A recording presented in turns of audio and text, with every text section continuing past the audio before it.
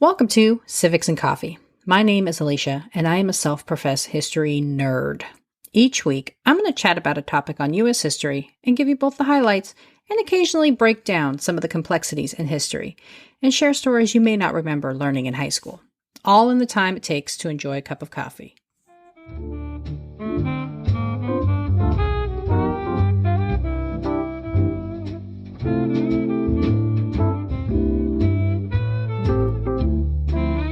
Hey peeps, welcome back. If you follow me on social media, then you know I was super excited for the start of the HBO period piece, The Gilded Age. Obviously, I am a lover of U.S. history, and while I generally stick to the 20th century, there is something about the Gilded Age that I just find fascinating. As I was squealing in all of my nerdy delight, I began a conversation with the fabulous Dr. Rabinovitch-Fox. We started playing with the idea of chatting about women in the Gilded Age, and I couldn't think of a better addition to my women's focused series this month.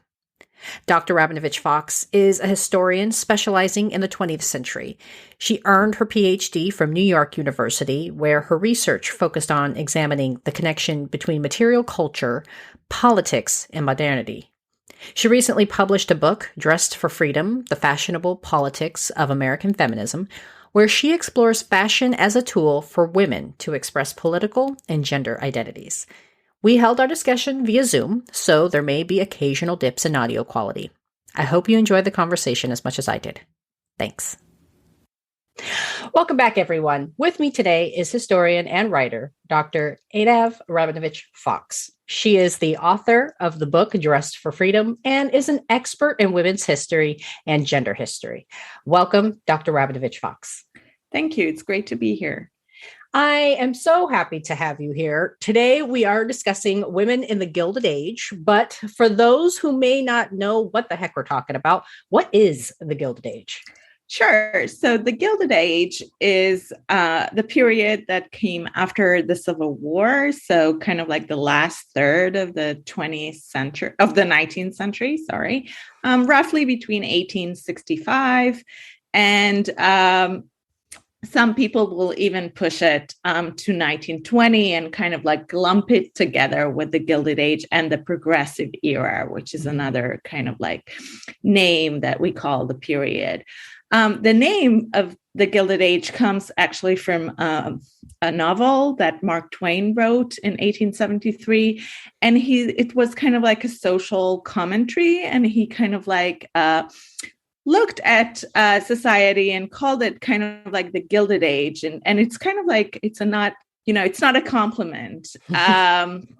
It's right. And what he meant by Gilded Age, right, not Golden Age, is that it looks shiny, but underneath is very corrupt and very rotten. So it's kind of like really wrapped up in this shiny and this wealth, but really deep down society is kind of like not fraying, right, as it looks. And the name really caught on partly because the period was characterized by this enormous wealth that happened with and because of kind of like booms of industrialization. We have the railroad, we have steel and all kind of telegraph and new technologies that really kind of like modernizing the United States, but also kind of like bringing a lot of money to those people. Oil, kind of like this big energy industries, and kind of like, names like Rockefeller and Carnegie and Vanderbilt. And these are kind of like the names that we remember from that era.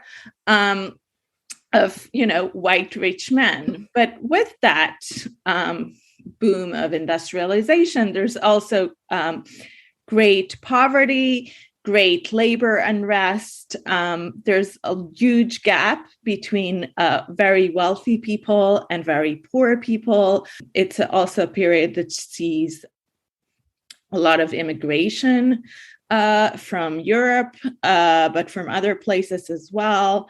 And people are kind of like, it's the age before we had labor laws and and kind of like accident insurance and all those things. So people are, on the one hand, working really hard for long hours without any benefits, not earning a lot of money. And people like Rockefeller are becoming kind of like these zillionaires who have this ton of money and living very luxury. So in that sense, it's very similar to what Mark Twain, referred to as the Gilded Age, right? That it looks like if you walk in Fifth Avenue, you look at all the mansions and the wonderful houses, and Central Park is being built during that same time. But on the other hand, if you kind of like walk down in New York City, down to the Lower East Side and more kind of like to the poor areas, you really see kind of like what is poverty. The streets are much dirtier. There's no pavements. There's no sewer.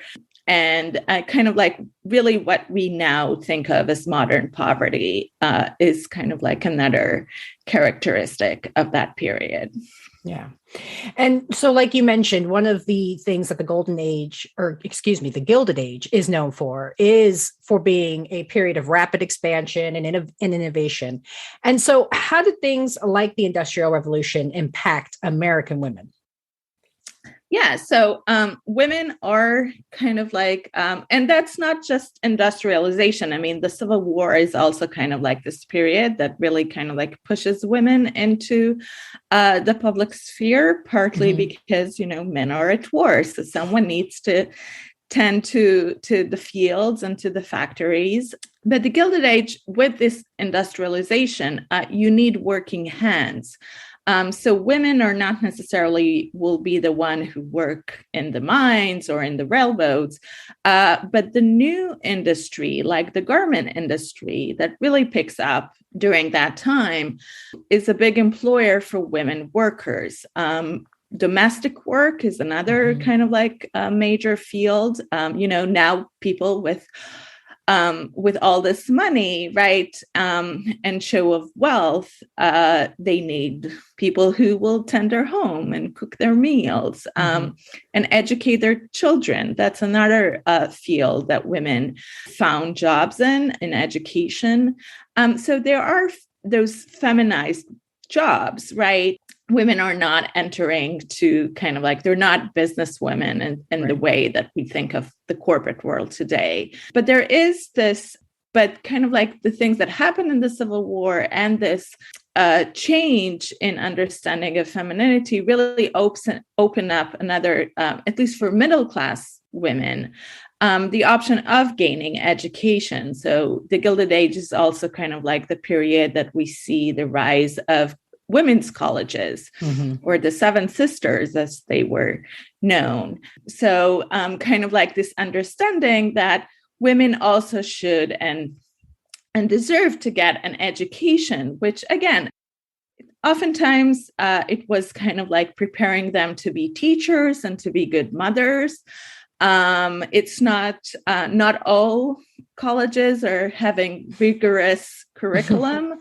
But it's still a way for these women to get an education, to get a degree. Some of them are even, again, very few of them, but some of them are also getting professional degrees, such as medicine or being lawyers, which, is the dotted few, but it's still happening. So we have kind of like the mass working class women who are working in factories, and kind of like more middle class, upper class women who going to colleges and university. And then the expectation is that they're not going to do anything with that education, right? They will go and get married and will be kind of like educated housewives, which, is important too. But what happened is all these women are, finishing school, and then they say, wait a minute, like, I want to do something with my education, which is not necessarily getting married. So there is a bunch of women who eventually would never get married, because combining family and a career is not a new dilemma. But at that time, it was almost impossible. So many of women who go to get education, women like Jane Addams, for example, right?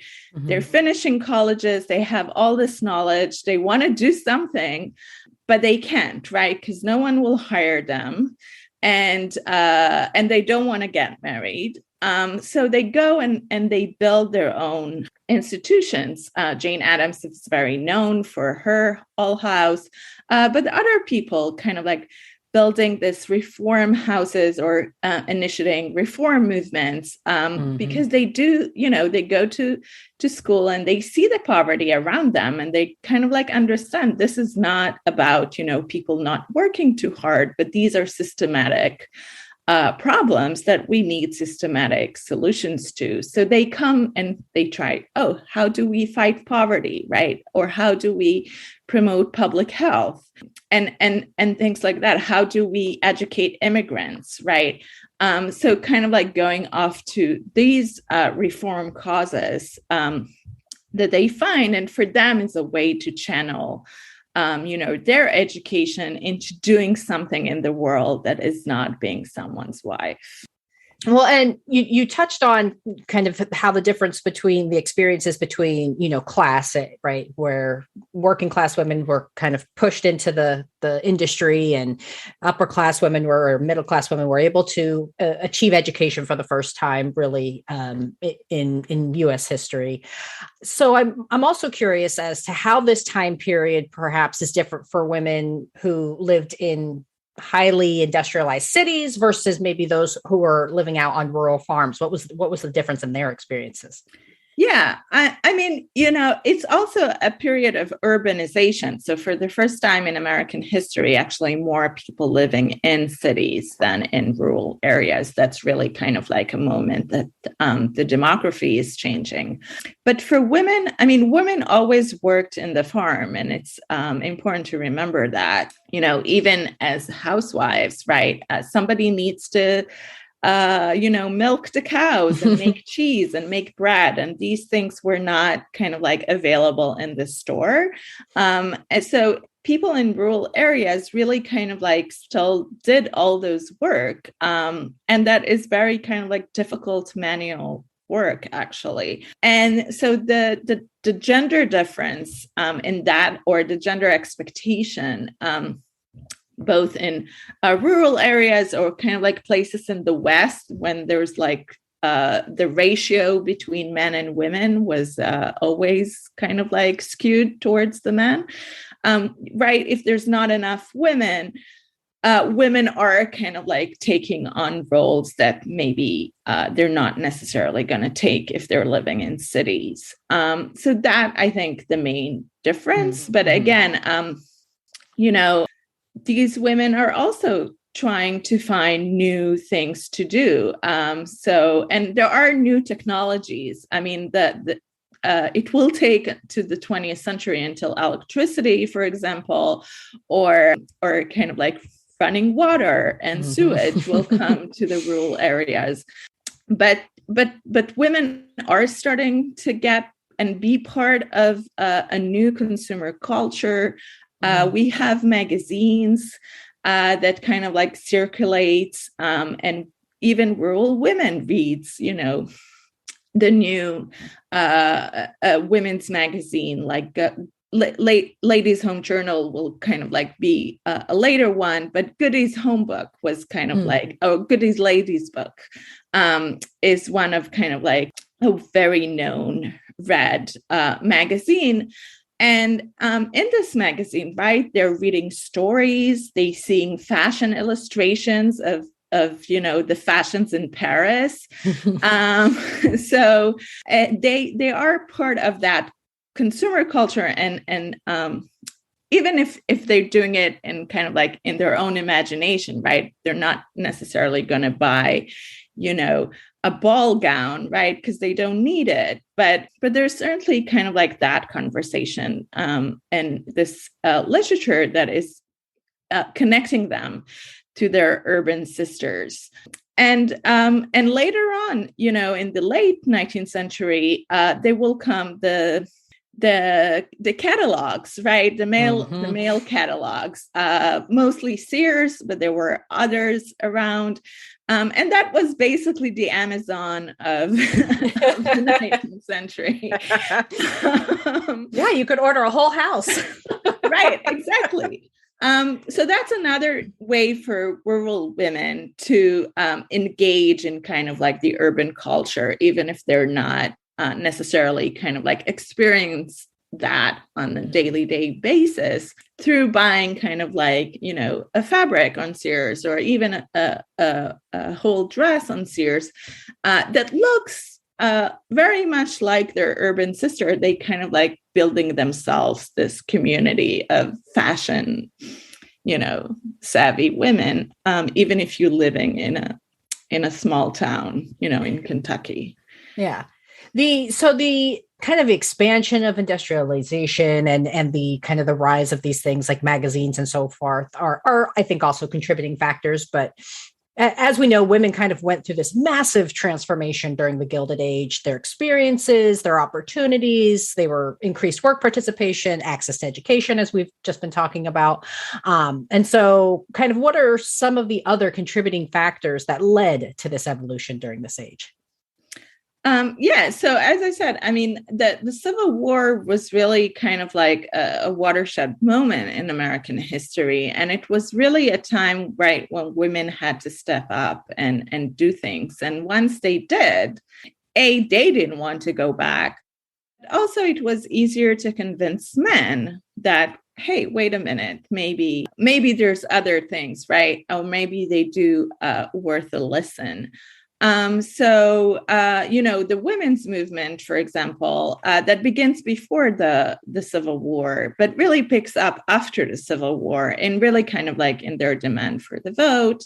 There's also the reform movements that temperance is kind of like the big one, but there were other forms of or movements of reform, whether it's again urban poverty or education and immigration. And it's really women. I mean, most of them are led by middle-class women who has time and has money. Right. And, they don't need to work for a living. They either have fortunes from their fathers, right, from the family, or they are married to someone who has fortune. And it's really women. I mean, I don't want to say they're bored women who are looking for something to do, but these are women who really kind of like look around them and say, wait a minute, like here I can help. I can do something. And there's a lot of problems during the Gilded Age, right, to be fixed. And suddenly, right, when they're starting to do all those things, they're kind of like, hey, wait a minute. I mean, why, like if we really want to succeed, we really need to have political power. And for us to have political power, we need to vote. So that's kind of like something that really pushes them, and kind of like pushes the suffrage movement into this mass movement that will eventually lead to an amendment. But really kind of like the understandings that, women are becoming part of life, because this new technologies, these new ways to engage in public are no longer kind of like only belong to men, because women participated in it, and they did it in the war, so why not continuing? I really like that thought and that approach. And one of the reasons why I wanted to have you on the show is for your expertise in this time period. And you wrote a book, Dressed for Freedom, which analyzes fashion, gender identity, and feminism. So can you share a bit about your research and how it plays into this time period?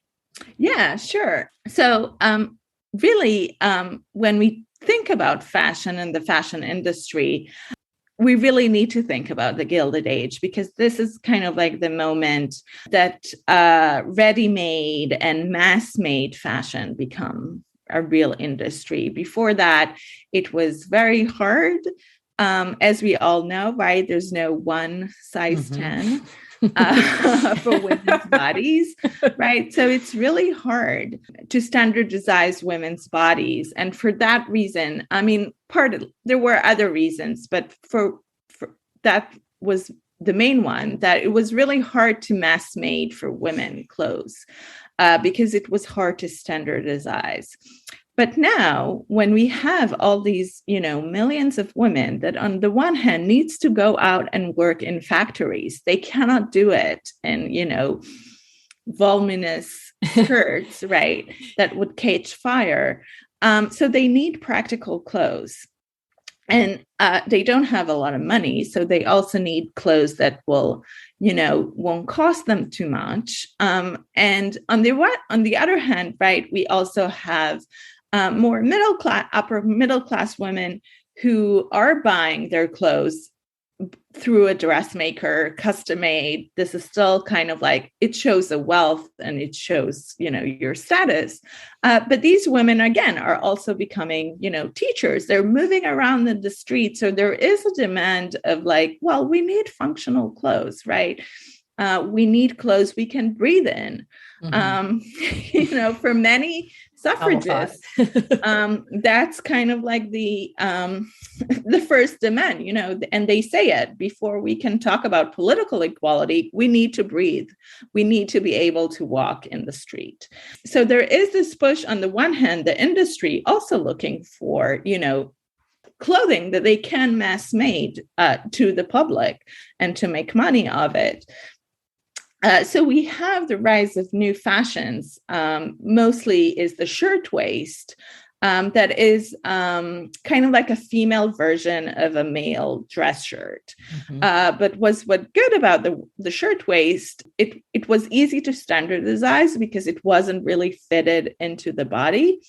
And it also came in like a lot of materials and a lot of grades. So you can kind of like buy $100 worth of, shirtwaist if you had the money, but you can also buy one for 35 cents from a pushcart in the street and look respectable and look like something that you can go to the factory or go to the office with and, not sacrifice a whole week of paycheck for it.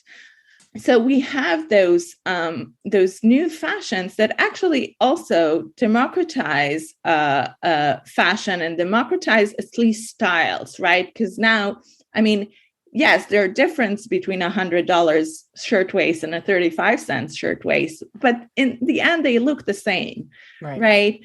So the poor working class girl and the middle class reform worker actually look the same. And that causes also kind of like possibility, again, to kind of like thinking of yourself as part of this fashion world, as part of the society.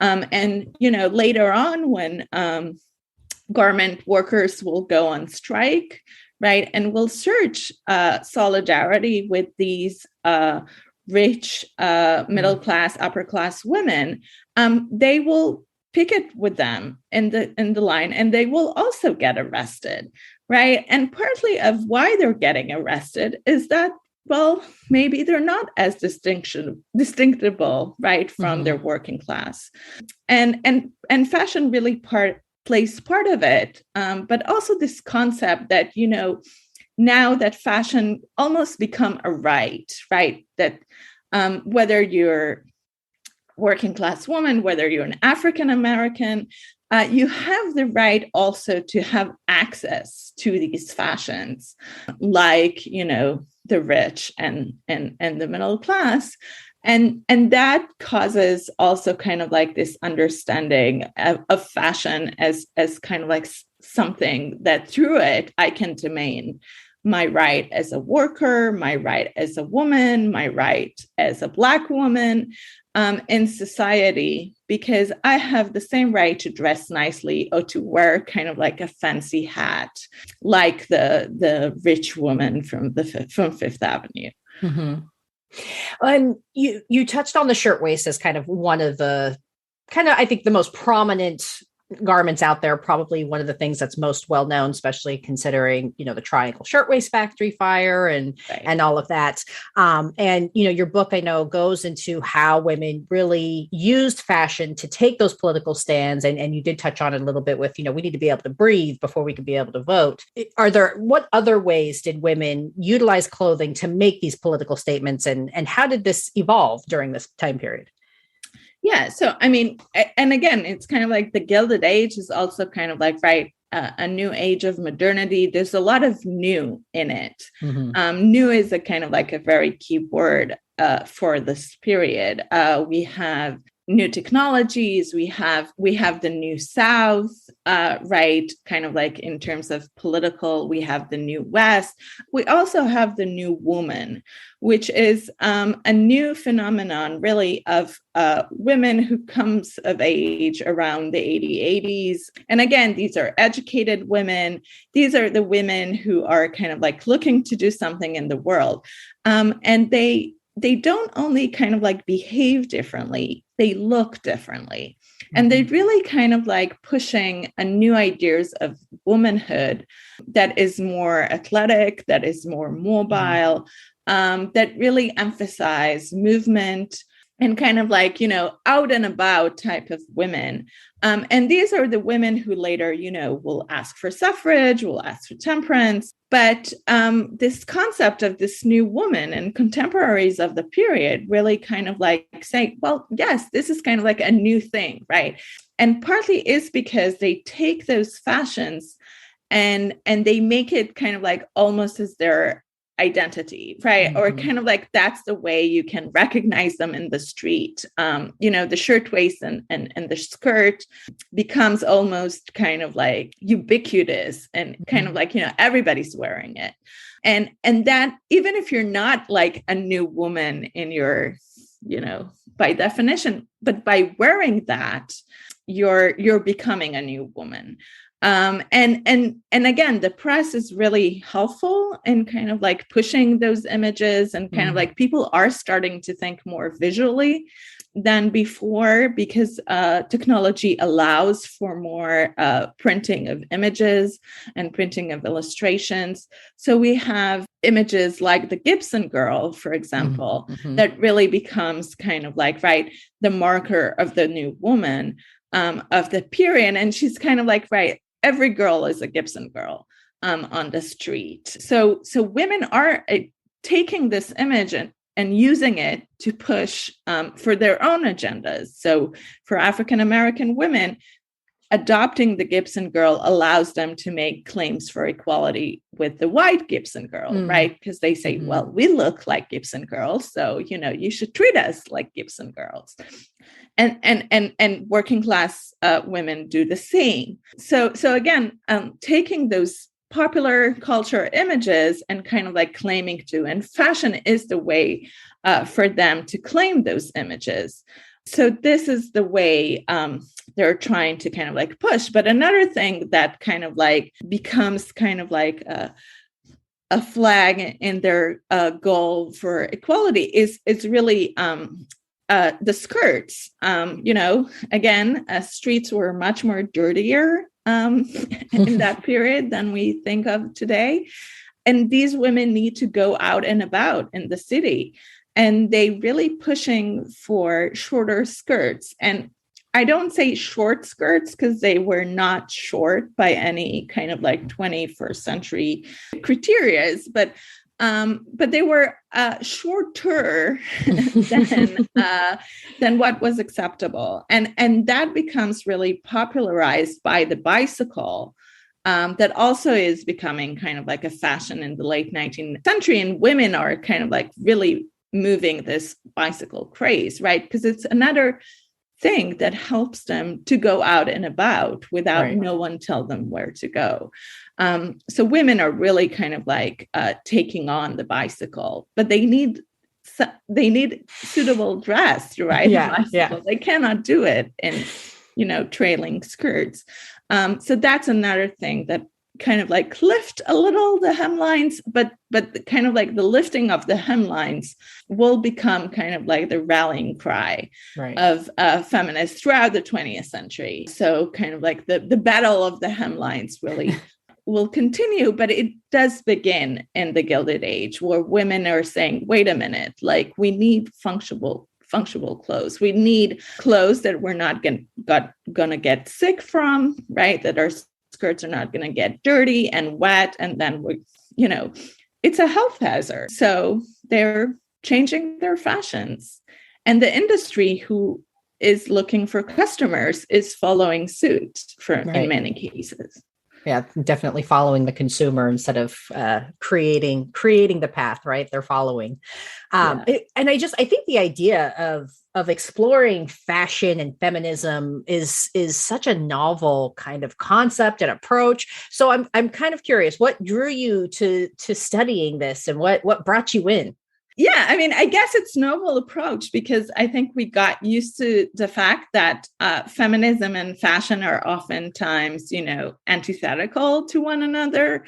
And it is an image that I think many grew up with, or a concept that we kind of like tend to think about it, feminist or anti-fashionable, or kind of like, I'm not a feminist because I want to wear high heels and wear lipstick.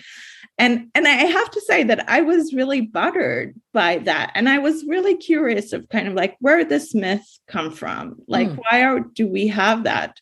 Why do we think like that?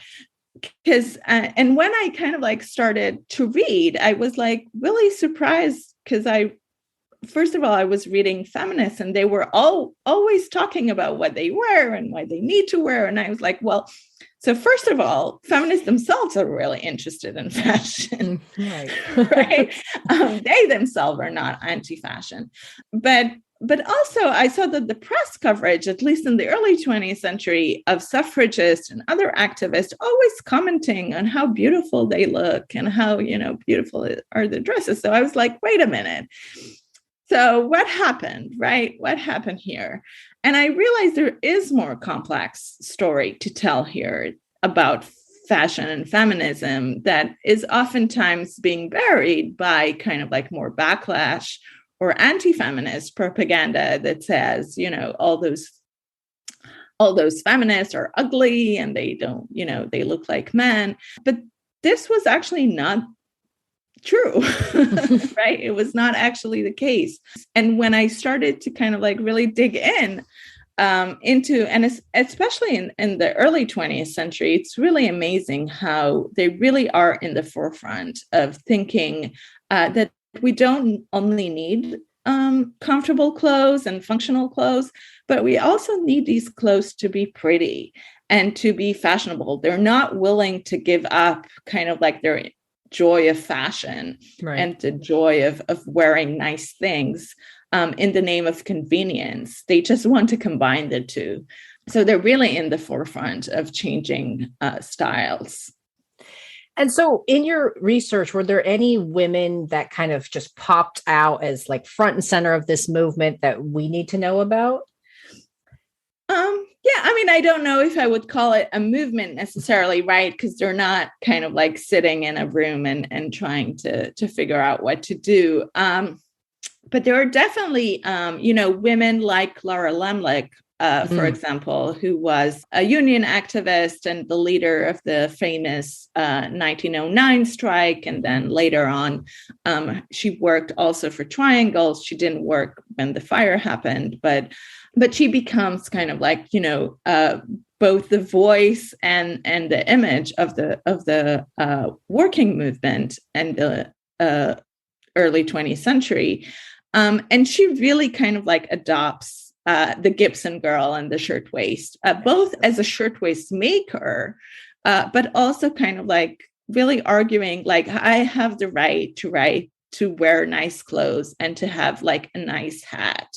And that is not going to get ruined, from sitting in a dirty factory all day. So yes, they're striking for better wages and, better labor conditions, but they also striking for mirrors in the bathrooms and for things that, and she, that, now we refer to as bread and roses. And it's like, it's not just the bread, right? It's not just more money. Right. We have the right to have like hooks on the wall to wear, to put our hats on, and to have mirrors in the bathroom so we can put lipstick, before we go out into the street. So these demands are, she sees it as part of kind of like the demands of the working women.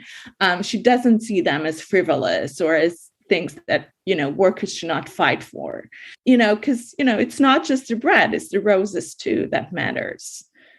Yeah, Clara Limnick has to be one of my all-time favorite women in history. She's just so spunky. I remember reading the speech that she gave ahead of the strike of 1909, and coming in with broken ribs and just all bruised up, just so determined and so trusting in herself and her beliefs, which I just feel like we don't get that sense of women during that time period, right? It's kind of seen as a fluke, and given how young she was, right? Just amazing.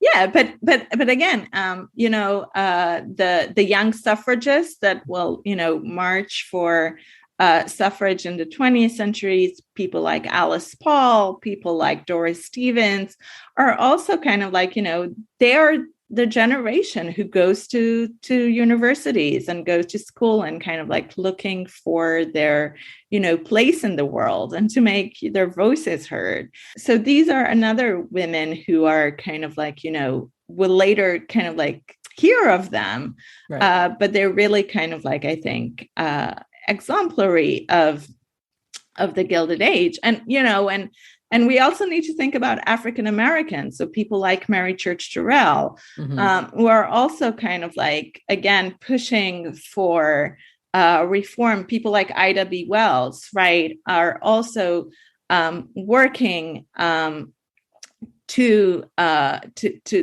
for equality, for race equality, for civil rights. But again, these women are also very invested in how they appear and how they look, and are not willing to give up the pleasure of dressing well that, that nice clothes give them. Yeah, and you started talking about the experiences of Black women. So I just wanted to touch on that. What Gilded Age, obviously, throughout our history, it is very whitewashed. We see lots of images of white women. And so I am curious, what were the experience? How did the experiences differ between white women and minority women during this time period? Yeah, I mean, and we need to kind of like, I think it is very whitewashed, but I think, the way that new possibilities opened for white women or immigrant women and rural women, they also opened up for Black women. So they're all, together with the women colleges that some of them were actually co-ed. Mary Church Terrell went to Oberlin College, which was both co-ed in terms of sex, but also in terms of race.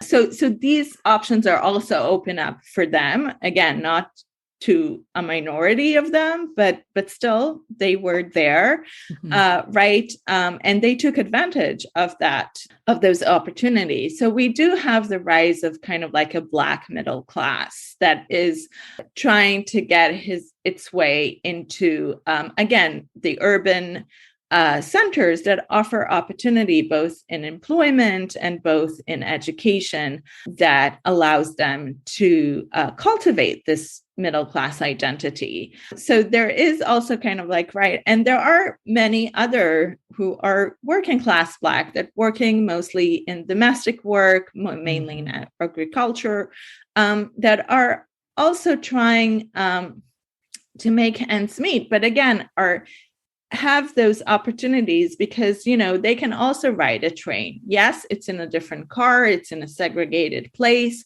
but they can also travel the country. They can also order, from the Sears catalog. That was even easier sometimes than to go to a store, because in the store they would suffer discrimination. They oftentimes couldn't try out the clothes, but, Sears, if you're just, sending the $2 or whatever you need in the mail, and then you get, the product in the mail. No one knows that who you are so that anonymity actually enabled them to participate in consumer cultures in ways that maybe were not available to them on the street or in the department store. So kind of like, right, we think of like, oh, their experience was completely different. And they certainly had like challenges that white women did not have. But there also had like many common experiences that were the result of urbanization and industrialization and commercialization that did enable them to, in the end, to develop a middle class.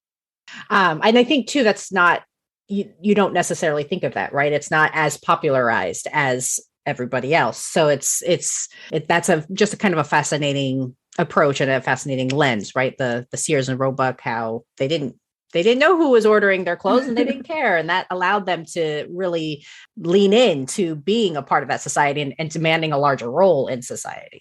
Right. Yeah. And, the way we have women's college, we also have the HBCUs that are also being founded in this area. And, we have Spelman College, we have Howard, we have Fisk. These are institutions that women are also participating in. So we kind of like, I know that like there's a tendency kind of like to think of all Black as poor and all Black in the South, but really they are kind of like, it's not a monolithic, right? They have a lot of variety in the community. And there is certainly kind of like the rise of a middle class that will later on kind of like will be in the vanguard of also cultural production. That we now think of kind of like the Harlem Renaissance, but these people kind of like did not came out of nowhere. It was exactly where I went. I was like, oh, this is the kind of the generation before that paved the way for things like the Harlem Renaissance to happen. And then, so you and I connected because of the new HBO series based on the Gilded Age. So I am curious, as somebody who is a scholar and an expert of that time period, what were your initial reactions to the show and how the female characters specifically were established? Yeah, I mean, I so far enjoying the show. I mean, I think, it's not a documentary, and Julian Fellowes is not known for making documentaries. Like, it's a good period drama. I think it's well made, actually. And I think, partly is because there was a historian on the cast and the executive production.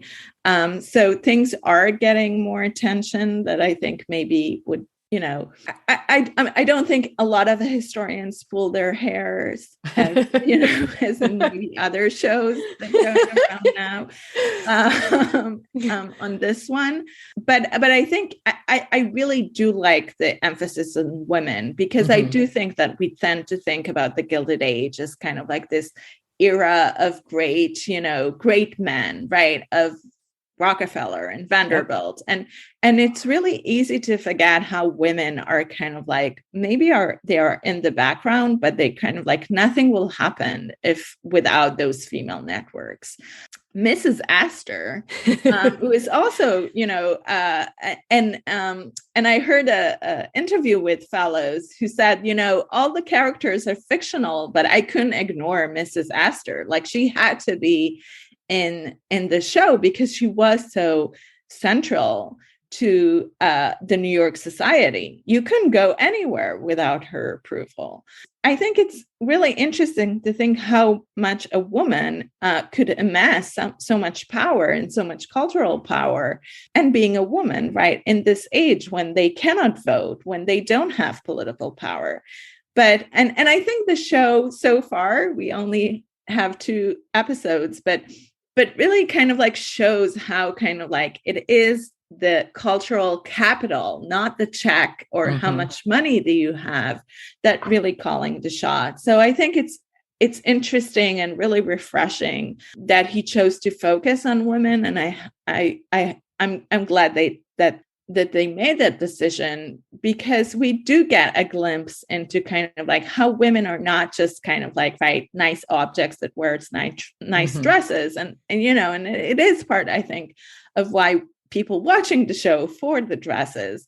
But right, there are also kind of like active agents and active kind of like players in this, battles of old and new money. So I think the show does a good job at that, and kind of like remind us that women were part of the Gilded Age and an important part of it.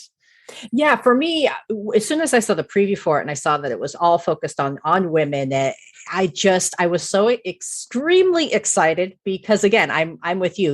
When you think of the Gilded Age historically, you think of the Carnegies and the Rockefellers and all the men and the robber barons and the railroad tycoons, and it was so refreshing to see just these strong, independent, in control women who were also, obviously I agree with you. We only have 2 episodes in so far, but they're pushing these boundaries in their own way, right? They're still working within societal framework, but they are making their little inch ways and their ways forward. And I'm so excited. Yeah. And I think what you're right in that sense, like, right, it's not a revolution. I mean, and I think maybe the progressive era is more revolutionary than the Gilded Age, but even so, these are women who are working within the system. They're not looking to, to break it, right? They're not kind of like radical feminists who are like saying, oh no, we're gonna take down the patriarchy. They're definitely, playing with the patriarchy and in the boundaries of patriarchy. And they're enjoying, to some degree, the fruits of patriarchy. But they're still kind of like pushing for changes. And I think that's what also unique about the Gilded Age, that on the one hand, it's a period of great changes, right? And in American society, and yet there's no big revolutions, right? In this period, we don't have the communist revolution. We don't, even though there were, seeds of that to happen in the United States. There's certainly a lot of rift between labor and capital in these years. But still, everything is fine, right? Everything's nice. Nobody's like, raising their voices. So I think that kind of like, right, the feeling that something is bubbling, kind of like, but it's not really kind of like going to explode. So the show really kind of like, I think, depicts that in very interesting ways. Yeah, it's very like beneath the surface. It's very smart so far. Yeah. Okay. So since your research focuses on analyzing fashion and appearance in relation to female power, I'm curious on how you've seen this dynamic represented in the show thus far. Again, we're still pretty early on, or, maybe because we're so new into the show, how you hope or think it could be used in the show later. Yeah. I mean, I think I'm glad. And we saw it also in Downton Abbey. I mean, I think Fellows has like a good eye for that, and to really use fashion to kind of like, not just as a background to the scene, but also really central to how they build the character and how they kind of like moving the plot. But I think they're doing a good work, both in showing, again, that it's not just wealth, it's also taste. I think, the character of Peggy, who is the Black character, has a really kind of like, they did her fashions really good, I think. They're not over the top. She's so far, she's the only one we are seeing kind of like in the same outfit for, 2 episodes in a row. And I think, so she has nice dresses for sure, but she probably don't have a lot of them.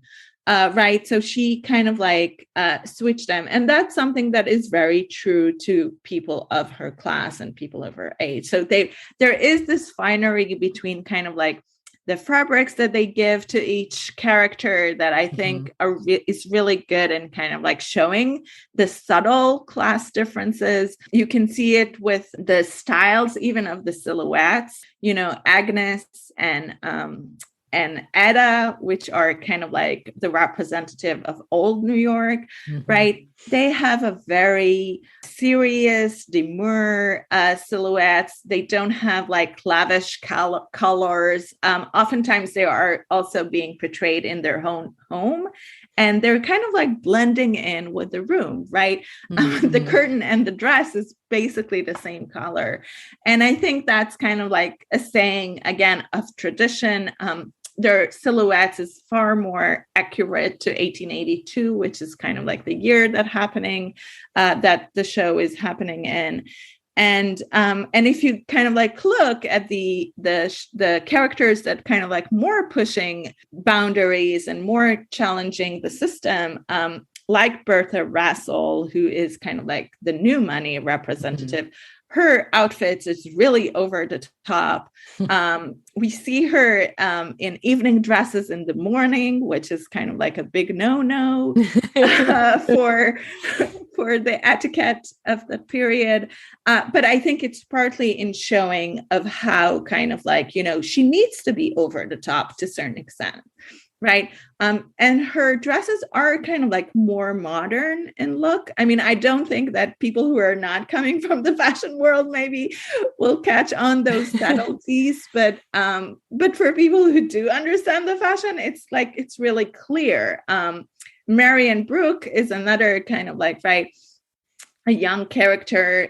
We often see her in pastels, and her silhouette is very much modern. She almost wears, 1890s, which is a decade, right? And I think it also signals kind of like, right, where this is going and who are the women who eventually kind of like win this fight between old and new New York, and who are the fashion, not just the fashion leaders, but kind of like will become society leaders in terms of their fashion. So I think that so far, like I'm enjoying kind of like the play. It's not kind of like necessarily the most accurate in terms of fashion history. But I think that the fashion designer is doing kind of like I don't hold it against her, because I think she does a good job and kind of like showing of who is more modern, or who is willing to push boundaries, not only kind of like in their behavior, but also in their looks. Yeah. And so as somebody who, studies culture, what are you hoping the show helps highlight for this time in history? We know it's not going to be accurate, but what are we hoping that it highlights for this time period? Yeah, I do hope that they will, show women more, and show them as more than just, in the background, which I think they will. I mean, I will be curious to see if they will deal with more kind of like the class issues of that period. So far, it seems that, there's always the downstairs, upstairs type of narrative. I think that, fellows can help it in the end of the day, but it's not the focus of the show. It will be interesting to see, if we'll get to see more of just the intrigues of the high society in New York. Maybe they will have a strike, scene. I don't know. I hope to see it. It will be interesting to see if, like, Elva Belmont or Elva Vanderbilt, who was at the time, she's kind of like a Bertha Russell type of person. And she will become, with her wealth, she will then become kind of like the main founders of the suffrage movement. She will give them money. She will be very active. So it will be nice if there will be a character that will kind of like discover politics, right, and kind of like will do something with this. So that would be interesting to see if it will happen. And, but really to see more of kind of like the other minorities. I mean, we got to see some of the African-American culture at that moment. And I think it's really nice to see it finally on the screen. But, there's also Chinatown. Will we get to see that?